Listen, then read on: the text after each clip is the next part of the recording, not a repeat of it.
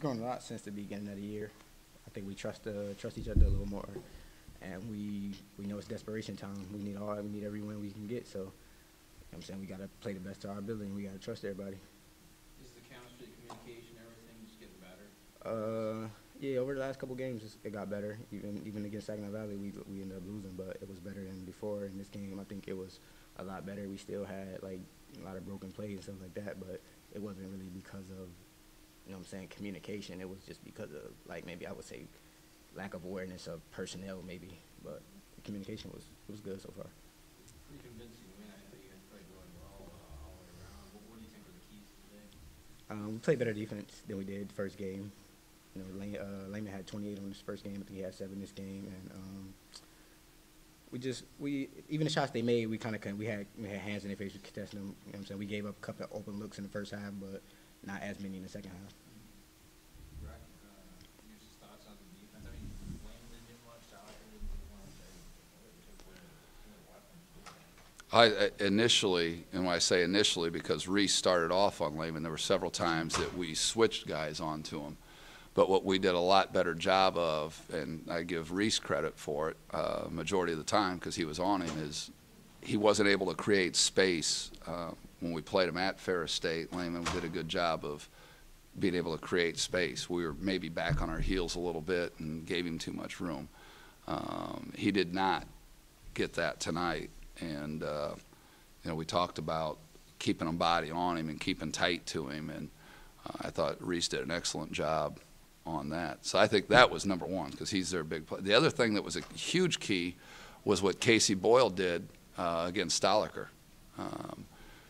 We gave him some space last time we played him, and Casey did a really good job of chesting him up and not giving him space and keeping him away from the basket and using his chest in position to force Stoliker to take tough shots instead of getting easy buckets. And a couple times, even when he got a little I don't know if I want to say open, but got some space because we'd been running guys at him a little bit.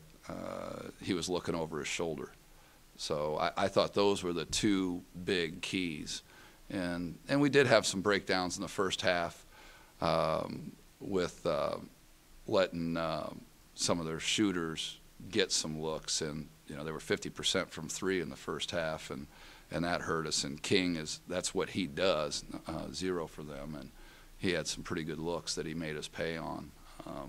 Second half, he didn't get those. I think he only took 1 3 in the second half, and Will did a good job of chasing him off the 3 later in the half, and those things made a big difference.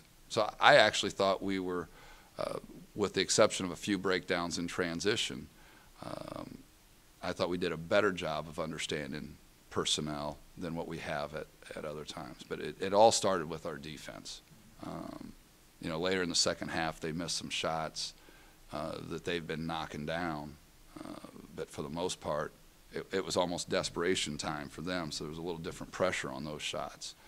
And then I thought we executed. We had a couple tough turnovers, more than a couple in the first half on some transition. I thought we had a poor start to the second half, but was able to regroup. And I said, I think that says a lot about where we have come maturity-wise. We didn't let that continue to carry over.